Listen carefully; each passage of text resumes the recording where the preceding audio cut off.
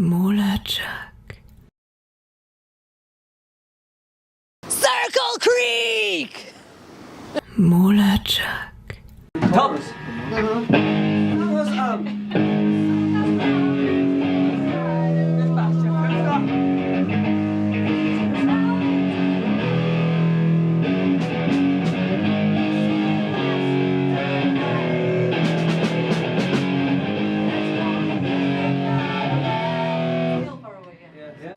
Yeah, Circle Creek. When did you realize that this band exists in the far Austrian province? Well, it started when Orpheus Blade got their CD out, and Hannes Riedel just reached to me and he said, I really love this album, and I told him, okay, then spread the word. So he spread the word, and through him I got to know all the people from Circle Creek, and we became really good friends. You should do like this, on the mid-lows. He's a professional, he's a on the highs also. professional guy. Yeah, I know. Knows, yeah, it's no problem. But he is very good. Circle Creek! No, I'm talking about style, not about the notes. Yeah, I know. Do you want a girly? Or do you want Ein bisschen your... mehr. In dem Fall. In dem Fall. Swirl is your illusion! That sounds really nice. That's good. Also to me.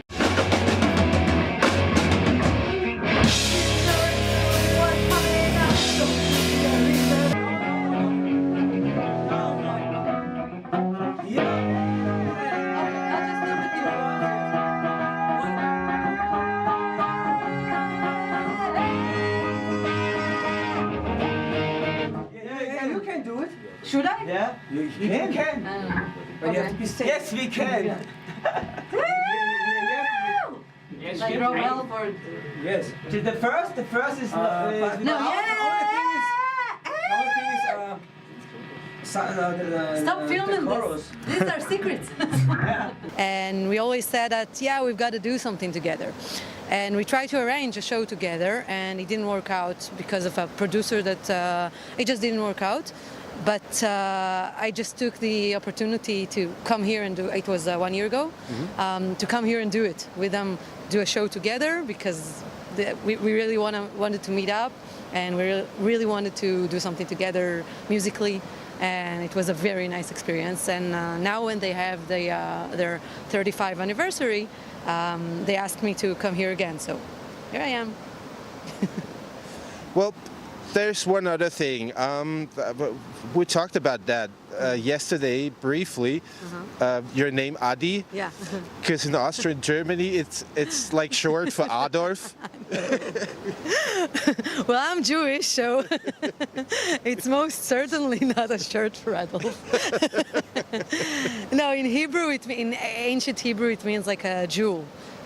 So yeah, you can call me Julie. Julie. Julie. But coming to Austria, had that ever an effect on you? I mean, in regards to the past? No. No. I think it's, I mean, some people would say that, they don't feel right to visit Germany or Austria or Poland, but to me it's like, the past is the past, and people here are very nice, and it's not like that anymore. And on the contrary, when people talk about it, they always say how sorry they are for everything that happened. I mean, it's not your fault, obviously, but... and aside from that, there's music, and then there's politics and history and all the rest. I don't think they should collide. Yeah. Well, speaking of politics and all that, in our show Mulachak, we had Asaf Avidan a couple years I love ago. him. I'm going to his show next month. Oh, there you go. Oh, he's He's fabulous. a really great artist. Yeah. I'm really hooked up on him lately. When we talked, there was this point that they had to do military service, that they got called, let's say, in the middle of the night. Yeah, now you got 2 weeks in Gaza or something. 1, 2, 3, go. Mulachak, the only TV show that you really need. A band member missed out on a gig because he was on duty in Gaza. Is that a true story? What I can say that in our band, it's kind of weird because in an ironic, or maybe not an ironic, maybe it's because we're artists and musicians, we don't do military service, and most of us never even did. Some members did, some members didn't. Some members get called for recruitment. Some people don't. But because we're musicians, I think it's a very it's easier now. I can call and tell them, listen, I'm touring for the next year, and they go like, I'm in Austria right now. bye. You know, they don't really need you there. It looks so much different on the news. It really does, Yeah. and you see that everywhere we go. When I was playing New York, I met this girl from Iran, and we kind of got to be friends. And she would tell me all these stories, and I would go, "Oh my God, that's so not what you see on the news." And Like being from partying in Israel, Tehran and, yeah, she's telling. And then you realize what people might think of Israel, because all they see is whatever, CNN and BBC. And, it's a Western country. It really is. It has its weird kind of situations. Exactly like you said, the backliner can't make it to the show because there's a military operation in Gaza and people are getting recruited. But it's and she's a doctor. So and she's a has doctor, yeah. Which is good for you too. Yeah. And she's a doctor in the army, and she's studying to be a veterinarian. All we need her to do now is study, mechanic, like auto mechanics. And, we got everything. It's a weird situation, but you live inside it. You kind of don't realize it's weird at all. I think I don't know. Only when people look at it from outside, it looks strange to us. If he gets a recruitment note in the mail, it's like the most normal thing. He calls his recruitment officer and says, "Listen, I can't make it this week," whatever. And it seems normal to us. Yeah, it's fucked up. It is fucked up. You're right, it's weird. It is weird, yeah. You convinced us. Does it happen to you as well, or because? No, because I'm a girl and it's kind of different. But girls also have to serve, right? Yeah. I did something else. It was like some sort of community service because I used to be religious. So it was, but I did serve in like a government thing. It was just not in the army.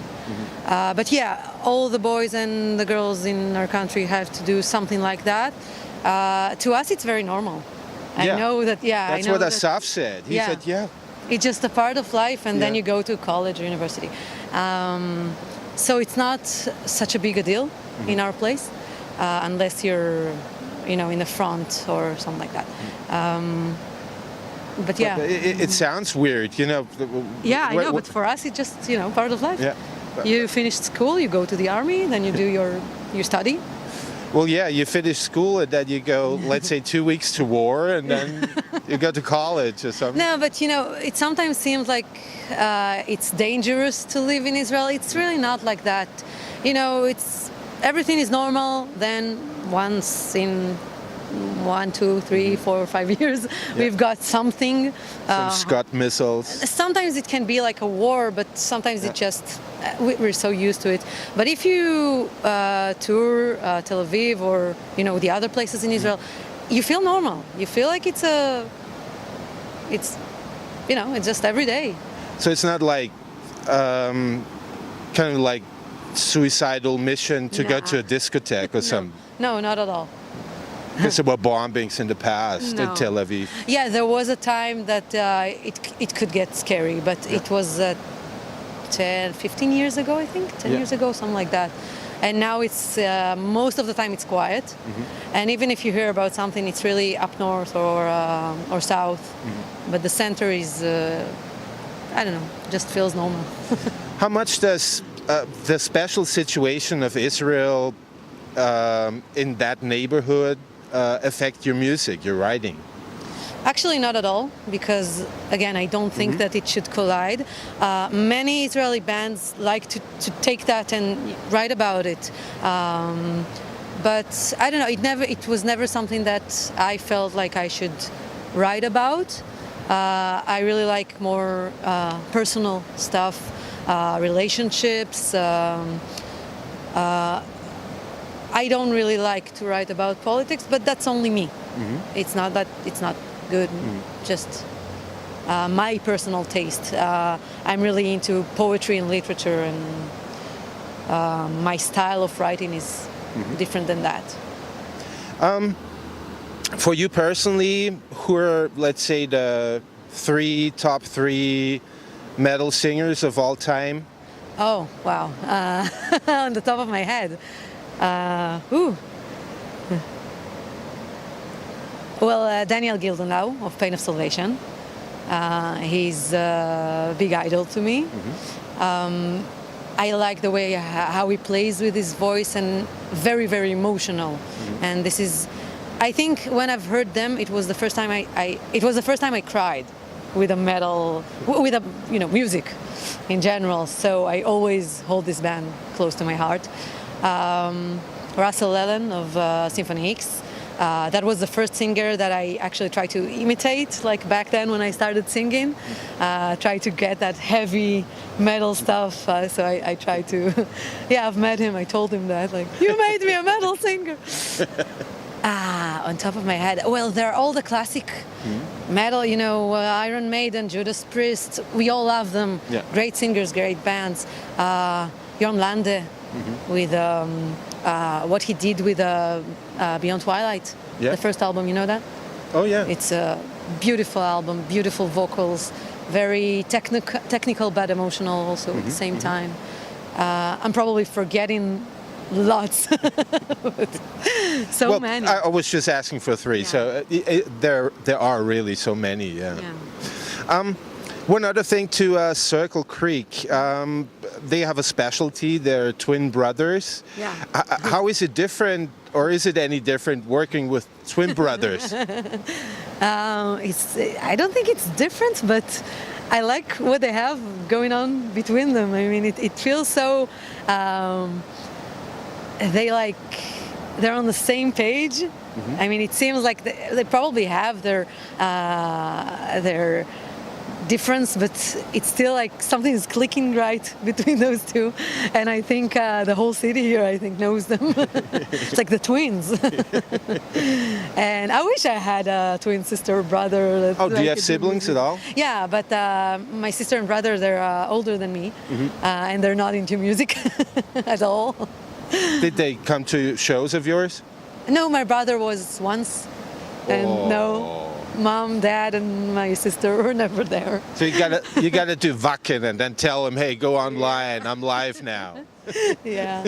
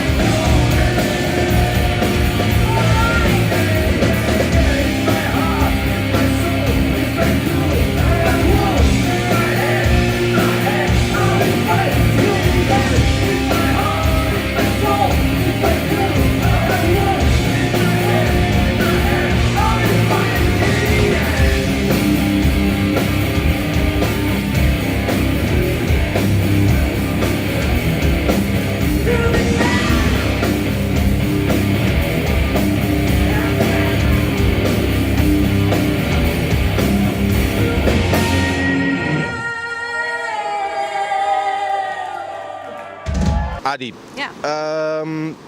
Well, metal is all over the place, but Israel is not really known for, let's say, a main place for metal. How did you start into the music? I'll hold the mic. Oh, okay, sorry. Well, in Tel Aviv and also in Haifa, which are the two big cities in Israel, there are local metal scenes that are pretty all over the place. There are small clubs that agree to do metal and rock, but I think the main part of it is the people that are doing what they do. Yeah, it's hard, but it's hard everywhere. So I guess it's not about the location. It's not about if you have like a great place to do that in. It's just, it's in our hearts. How was it for you starting out? Did you have, let's say, a father, a bigger brother listening to Black Sabbath or something? No, actually not at all. My family don't really listen to music, like any kind of music, so I had to find my own way. It started in high school. The boys were listening to Nirvana and Metallica and stuff like that, and I got into it also. I was searching for a heavier sound. I don't know why. Just at some point, I was listening to the radio, to all those pop songs, and I said, like, I need something more. And then I was actively searching for it. And it was before the days of the internet, when everything is like, now it's easy to find music. And I just had to go to people and ask for CDs, and go to CD stores and ask them, like, what would you recommend? So it took time to find my own taste because of that, because it was hard to understand what I like. But I got into progressive metal and symphony, extreme theater, stuff like that. And from there I started to discover music and then discover myself as a musician also. At what point did you realize, all right, I gotta sing that myself, and then, all right, it's not that easy, I might take a little bit more care of my voice? Yeah, started with playing the piano. So I played for 7 years, and then when I searched for a heavier sound, I switched to electric guitar. At some point, I just realized I'm crappy as a guitarist, but it was more a personal thing that I found. I really felt like I should sing it. Like, this is my way of expression because it's very personal. And I write music, I write my lyrics, and it just felt right to sing it myself. And since I started singing, I always took vocal lessons, and I always was with vocal coaches. So about keeping your voice healthy, I was always doing that, keeping a good technique so I won't burn out. And because when you're 30 or 40 or 50, you can really ruin your voice if you're doing all the screams wrong. And now I'm a vocal coach myself, so so yeah. When was the point in your career where you decided, all right, that's fine to play Tel Aviv clubs, but I want to go to Europe, I want to play Wacken, whatever? Oh, I think it's always there. I mean, every musician who starts making music and metal music, it's like always the Wacken dream. It's somewhere in your head. It's a part of expressing it because you want to reach larger crowds. It's not about larger crowds, it's about foreign crowds, because at some point the scene in Israel is pretty small and everyone knows everyone, and you want to reach more people, more hearts. And when people from all over the world, when the CD was out, they wrote to me like, I really like your music, and it moved me. I mean, this really made my day, because that's the whole thing, always to expand, always to be out there. And now I'm studying at the Complete Vocal Institute in Denmark, so I get to travel a lot, and I get to meet people, singers from all over the world, and other musicians, and my friends from Circle Creek, which I'm really glad to be here and to do this because of that, because it creates, metal music. It's like a community, and it's worldwide.